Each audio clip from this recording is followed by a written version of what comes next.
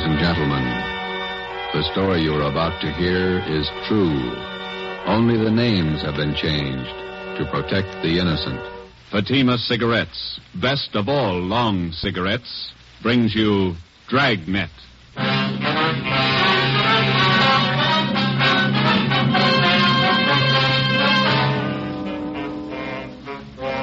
You're a detective sergeant. You're assigned to homicide detail. A young woman has been murdered.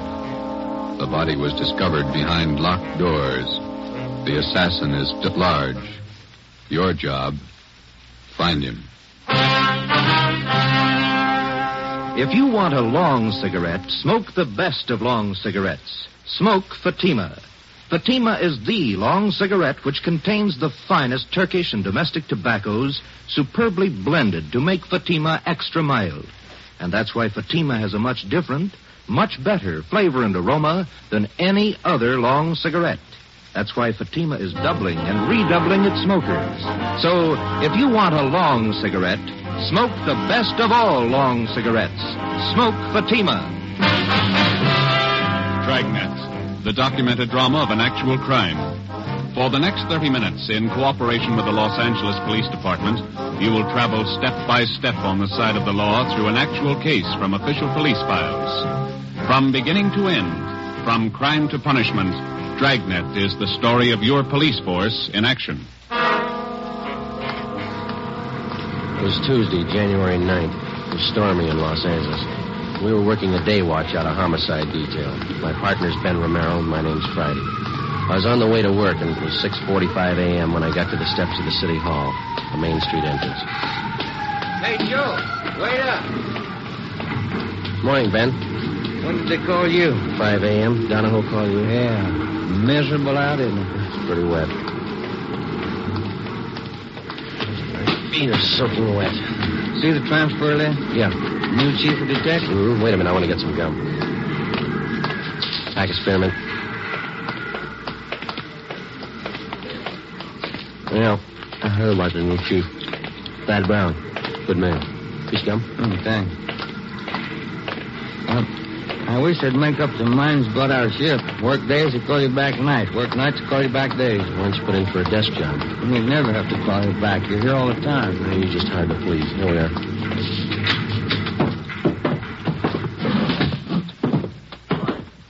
What's the soda water? Thanks, Egan. Gentlemen, sit down. It's a great way to start off as your new chief. Call you back on a rotten morning like this. I'm glad you got the job, Thad. Yeah, congratulations, Chief. It's hard to follow men like Ed Backstrom. Gonna need your help. You got it. Here's why I called you back. Laura Barclay. Is the dead body report, nightclub entertainer. Lanty found the body an hour ago. Who's covering? Burton and Anderson, they're out there now. Strangled, huh? Well, the lamp cord. Still trying to figure out how the guy got in the house. Doors and windows all locked. The tack. That the motive? For now, yeah. I just came from there. I think there's more. Any reason? Her room wasn't prowled. Yeah? Well, just a hunch. Play it for me. Ben and I left Thad Brown's office, picked up Lieutenant Lee Jones at the crime lab, and drove to the West Adams district, number 16 Imperial Place, where the body of Laura Barclay had been found. It was an ornate frame structure done in Victorian style, at least 30 to 40 years old. Number 16 was on the ground floor. We went in. A narrow hallway led to the bedroom in the rear of the house. 2 gas jet fixtures, which had been converted to electricity, were the only illumination. This place has seen better days. Anybody else coming out, Lee? I see flash bulbs down there. They must be here already. Lieutenant, Friday, down this way. Hi, Burton. Hi. Photographer's covering the body position. Peterson's dusting for prints. Fred, shoot a couple of overheads. Don't make them all angle shots. Get up high, then move in close. Yeah, Chief was right. Room's in pretty good order. Did you talk to anybody, Burton? Landlady lives upstairs. Only 2 people living in the building. Did she tell you anything? Said the Barclay girl paid her rent on time. Good tenant. Plays the organ at the Blue Fox. Cocktail lounge. Any idea how the murderer got in here? Not yet. Every door and window in the place is locked. Anything else? That's it so far. We'll give you 15.7 of what we got. Okay, all right. You and Anderson have another detail? Yeah, I'm working on that Westwood thing. 2 uniform men outside if you want anything. Right, thanks. Looks like a tough one, Joe. Whoever did it must have come in through the keyhole. See you later. So long, Lloyd. Andy. Peterson's dusting for prints. Nothing yet. Only piece of physical evidence so far, the lamp cord she was strangled with. I'll run it through downtown. Not a sign of a struggle. Maybe she wanted to die. Check the bathroom, will you, Ben? Yeah. I'll look around the kitchen. Hey, Pete, have you dusted the lamps yet? Not yet. I'm going to keep this.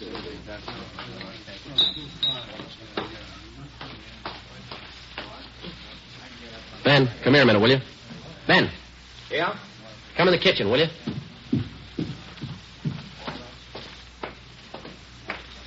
You got a pencil? Oh, yeah. Yeah, here you are. Okay. Take a look at this garbage chute here. Let me see. About 8 feet to the ground. Yeah, big enough for a man to get through. Oh, yeah. Yeah, no problem. Lee. I'll be right there. That could be the answer, Joe. Well, he either got in this way or he was in the house when she came home. What do you got? Garbage chute here. What do you think? Could be. Let me grab a kit. Let's see. Aluminum powder. There it is.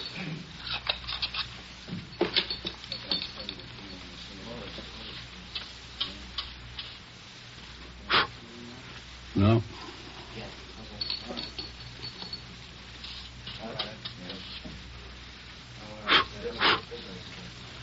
No, nothing on the outside of the lid.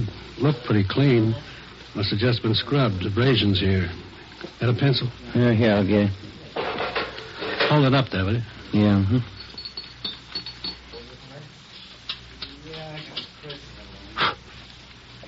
Yeah.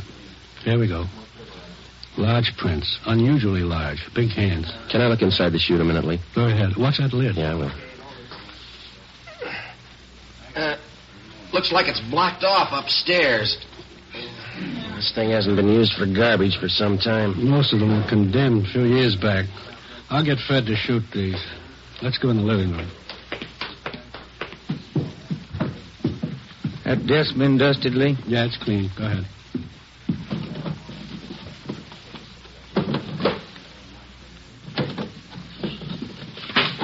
Take a look, Joe. Yeah. Photographs. Hundreds of them. All men. Yeah, all different. Lee Jones and the crime lab crew finished up and went back to Central Division. 2 uniformed officers remained on duty at the scene of the crimes. Thad Brown had men sent out to canvass the neighborhood.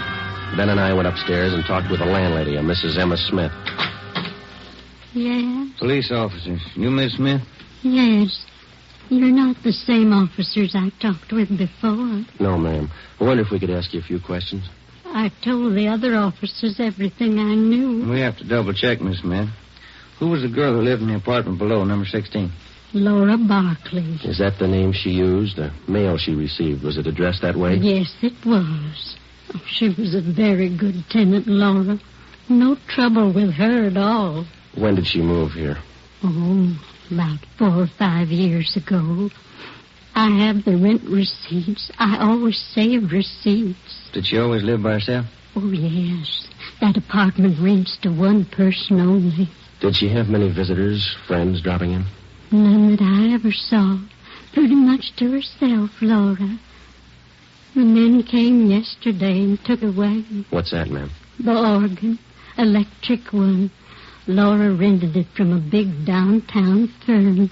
Used to practice all the time. My, it was beautiful. Yeah. In the gloaming. She used to play that for me.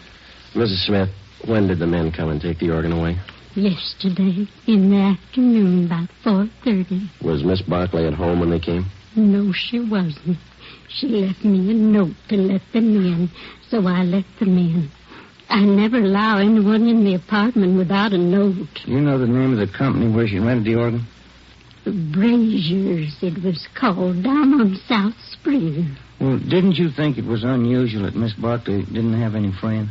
Now, officer, I didn't say Laura didn't have any friends. What I said was that she didn't have any friends who came to see her here. She moved here from a hotel for women. That's the reference she gave me. I see. I wonder if you could give us the address of that hotel, please. I'll write it down for you. Thank you. Miss Smith, did you hear any unusual sounds in Miss Barclay's flat last night? Anything out of the ordinary? If I had, I would have called the police, and we'd have saved a girl's life. No, thank you very much, Miss Smith. Here's a card. If there's anything you think of after we've gone, don't hesitate to call us. Thank you, I will. I hope you get the dirty men who killed Laura. We didn't say it was a man, Miss Smith. Well, isn't it always a man? Before we left Mrs. Emma Smith, we asked her about the garbage chute. She said it had not been in use for the last 4 years. We showed her the stack of photos. She could identify none of them. We drove back to Central Division. We checked Brazier's music store. The 2 men who moved the organ were checked out and cleared.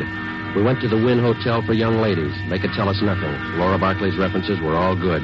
We went back to the office and met with Chief of Detectives Thad Brown. You think he got in through the garbage chute? That's the way it looks, Chief. Went all over the apartment. If there's another way, we haven't found it. All right, you know how he got in. Who is he? We got out an APB on his M.O., latent fingerprints, and making a run on those prints we found. You got an idea about these pictures here. Most of them theatrical stills, show people. Frank Latour and his canine circus. To Laura, all my love, Frank. Tell you what you do. Here's a guy I checked with this morning. Bernard Caribbean, theatrical booking agent, huh? Yeah, Barney's office is down in the Orpheum building, 8th and Hill. He booked her into the Blue Fox. See what he can tell you. Right. You grabbed the pictures, Ben, huh? Oh, yeah. Well, you got more than you started with. Yeah, those fingerprints. We get a make on him, we'll be close to the guy.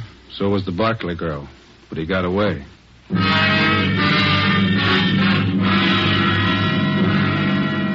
I wonder if we could see Mr. Caribbean.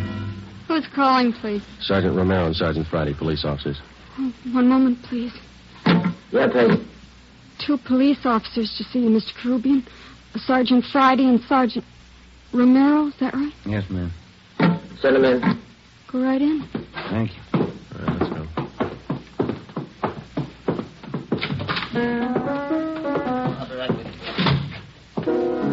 When them rosy roses bust through the snow, I'll be coming home on parole again. When them General Sherman tanks are covered with ice, I'll be home for good, and won't that be nuts? No, this guy's stuff is cornbread. Sit down, fellas. Thank you. Can I help you? I understand that you booked Laura Barclay. Yeah, that's right. I spoke with a... Got his name right here. Chief Thadbound? Yeah, that's right. He asked me about Laura. Too bad about that. Any clues? We're working on it, Mr. Caribbean. What makes a person pull a stunt like that? Laura didn't have no enemies. She had one. Well, I don't know much about her, except I've been booking her for about 4 years. Good organist. Pretty fair voice, too. Got some pictures here. I wonder if you could take a look at them. Yeah, sure. Quite a stack. Yeah, old Frankie Latour and the dogs. Great act. I book 'em. Ricky Rogan, King of the Tap. Gus Orinoco and that singing seal of his. Yeah, I know all these people. I book 'em all. Did Laura Barclay work with all these people? One time or another, yeah. During the war, USO camp shows, you know. Do you know whether she was close to any of them? Well, come to think of it, she was. That Frankie Latour, crazy about them dogs of his. No, I mean the men themselves. Anybody that she seemed particularly interested in? Never heard her mention anybody. Pretty girl. Did you know her very well, Mr. Groovy? Only when she came in and out of town on an engagement. I'm a married man. Well, then you don't think there's anything to these pictures here of hers, huh? Well, I wouldn't say so.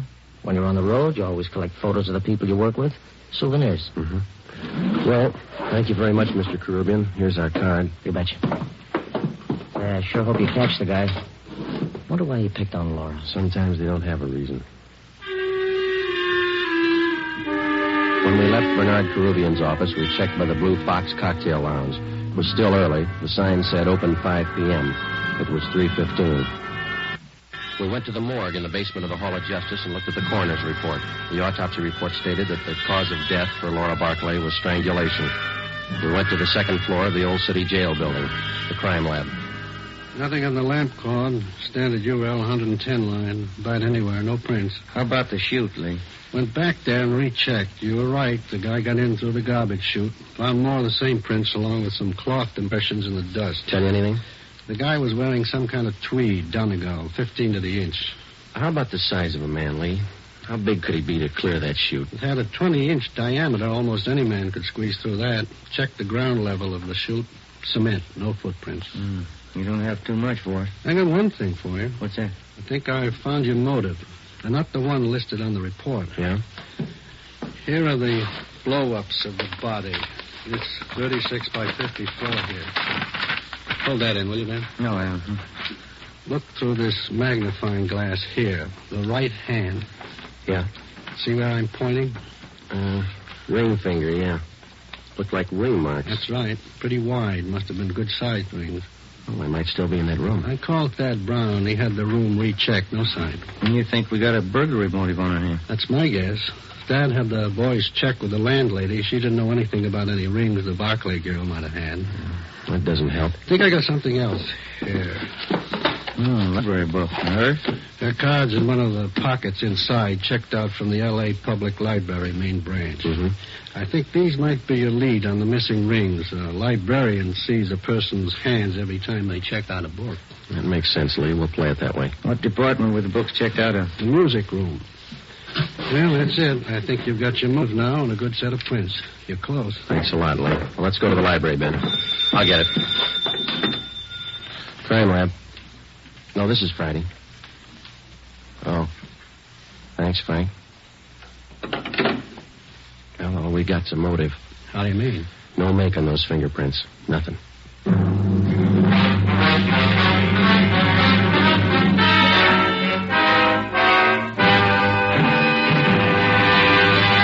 You are listening to Dragnet for the solution to an actual case from official police files.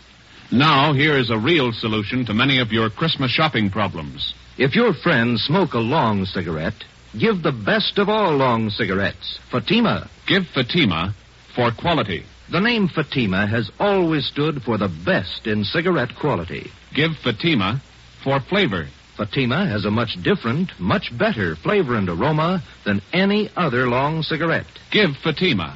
They're extra mild. Yes, Fatima is the long cigarette which contains the finest Turkish and domestic tobaccos superbly blended to make Fatima extra mild. Yes, extra mild. So give Fatima for Christmas in the attractive golden yellow carton. It's the long cigarette that has doubled and redoubled its smokers. Yes, more and more smokers every day agree Fatima is the best of all long cigarettes. 4:30 p.m. Tuesday, January 9th. Heavy rain. Laura Barclay's murderer was still a free man. Ben and I were sure that whoever left their fingerprints on the inside of that garbage chute was the same man who murdered the Barclay girl. He had no previous record. His first crime, as far as we knew, was a killing, and the odds were all in his favor. The fingerprints gave us nothing. All we had left to lead us to the killer were 3 library books and a stack of old theatrical photos. The solution of most crimes for the working detective is method and persistence. When you have clues, you work with them. When you don't, you work your way to a logical conclusion as best you can. We went to the Los Angeles Public Library, the main branch. The librarians in the music room handle thousands of readers every week. None of them remembered Laura Barclay. We drove over to the Blue Fox Cocktail Lounge. We interviewed the manager, and he knew nothing of her personal life. We talked to Harry Schumann, the organist who had taken Laura Barclay's place. What would you like to hear, fellas? Police officers like to talk to you, man. About Laura, huh? That's right. All right, if I keep on playing. Manager wants full 15-minute sets. Yeah, go ahead, that's all right. What can I tell you? How long have you known Miss Barclay? Oh, 4 or 5 years. Terrible thing. You got to get to whoever did it. Yeah, we're going to try. Can you think of anybody that might have killed her? I know you ask that question of everybody. I don't know. Does anybody ever know for sure? Sometimes. Well, I don't know. When you think of a person, you never think who might murder him. Maybe you might know a few things about her that you could fill us in on. I'll try. She go in for jewelry much? Rings, things like that? Funny you should ask that. She was nuts for it. Good things. Rings? Had a couple of beauties. Diamonds they were, big stones. Cost $4,000. I know she used to put most of her money into those rings. She buy them on time? Yeah. I remember one night she was overjoyed. the night she paid him off. Cost a lot of dough. Can you describe those rings for us? Not too good. I can give you the name of the jeweler she bought them from. That'll do. Do you know anybody else that we might talk to? Don't know any of her friends. She was an only child. No living relatives that I know of. How about her landlady? Yeah, I guess that's it, Harry. Thank you. For what? I wish I could help more. If everybody had your attitude, we'd be out of a job. Before we left the Blue Fox, Harry Schumann gave us the address of Laura Barkley's jeweler. The next morning, we checked with the manager of the store, and he gave us a complete description of the 2 diamond rings which the dead girl had purchased. They were valued at $4,000. He gave us detailed drawings of the rings. We went back to the office, gave the information to burglary detail. An all-points bulletin was put out describing them. Pawn shops throughout the city and state were alerted to watch for the stolen rings. We had lunch with Chief Thad Brown at Costa's Cafe. Never mind, O'Mara. I'll get it. Oh, thank you, Chief. I'll get the tip. Stew was good. Do I have some change for the cigarette machine? Thanks. Need any cigarettes, Joe? No, thanks, Dan.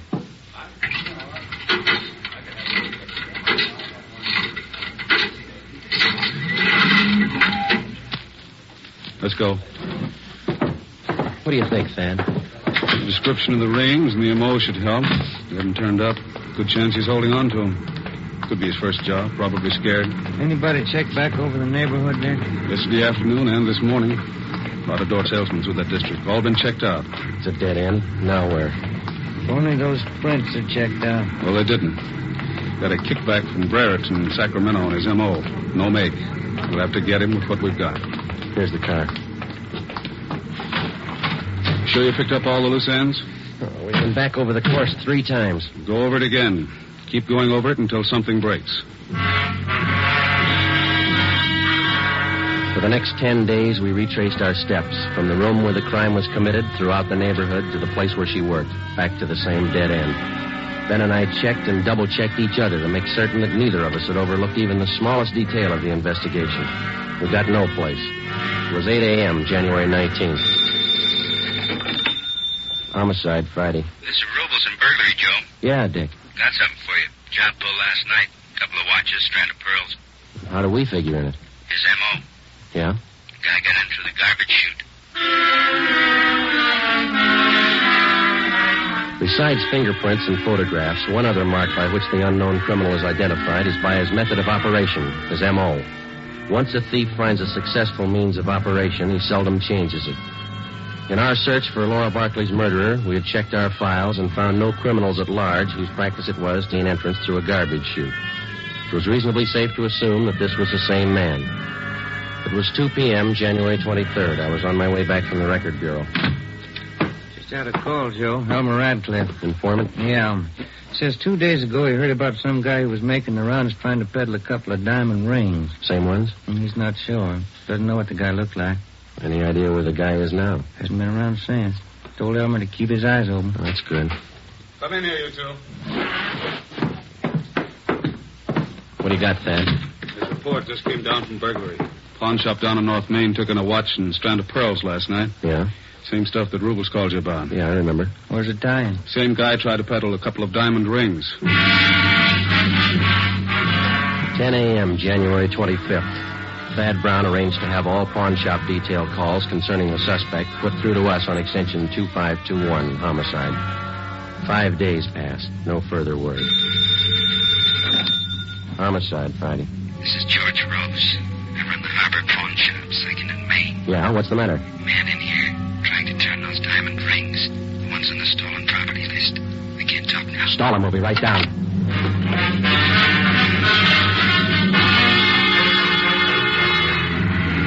Come on, Ben, move it. Yeah? The next corner. There it is.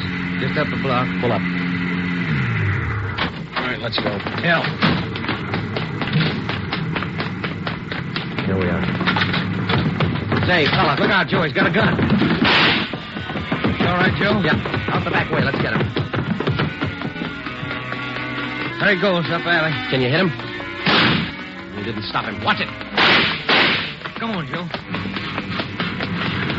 He's turning onto Spring. He ran into that cafeteria up the street. Come on, let's run. Where'd he go? You see him? Yeah, there he goes. He's headed for the kitchen. Come on.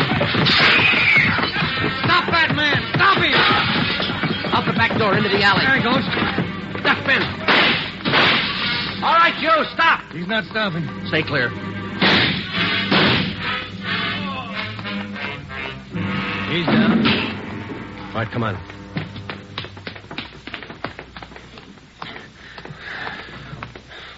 All right, get his gun. Yeah.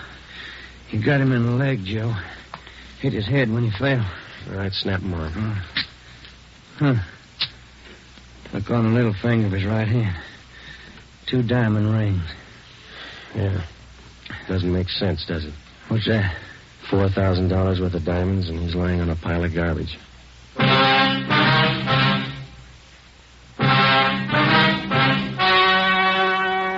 story you have just heard was true. Only the names were changed to protect the innocent. On April 2nd, 1947, trial was held in Superior Court, Department 81, City and County of Los Angeles, State of California. In a moment, the results of that trial. Now, here are authentic reports from all over the country that tell the story of Fatima's sensational increase in popularity. New Orleans Division. Fatima sales up 300%. Detroit Division. Fatima sales up 348%. Los Angeles Division. Fatima sales up 545%. More and more smokers agree Fatima is the best of long cigarettes. So enjoy Fatima yourself and give extra mild Fatimas for Christmas in the attractive golden yellow carton. Everyone who smokes Fatima says that this great new long cigarette is the best of all long cigarettes.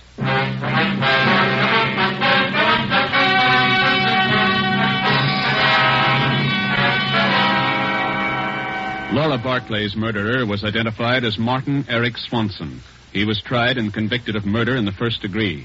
His case was fought through the Supreme Court of California and in the United States Supreme Court. In both instances, his conviction was upheld.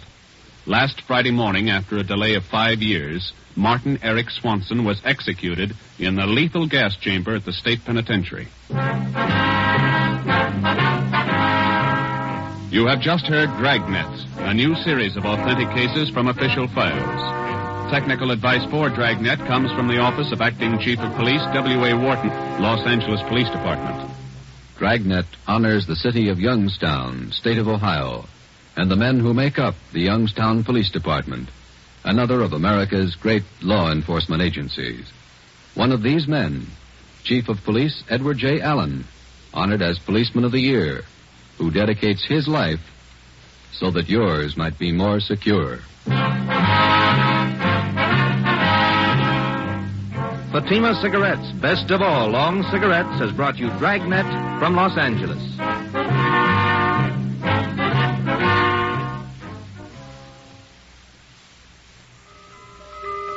This Christmas, give the gift that makes every pipe smoker happy. A Christmas humidor of mellow Granger. Granger is made just for pipes by the tried and true Wellman method. Rough cut to smoke mild and cool, and humidor packed to stay ever fresh. Yes, make this Christmas a Merry Christmas for all the pipe smokers on your list. Give them each a Christmas humidor of mellow Granger. Listen to Dragnet next week, and be sure to hear Morton Downey tonight on NBC.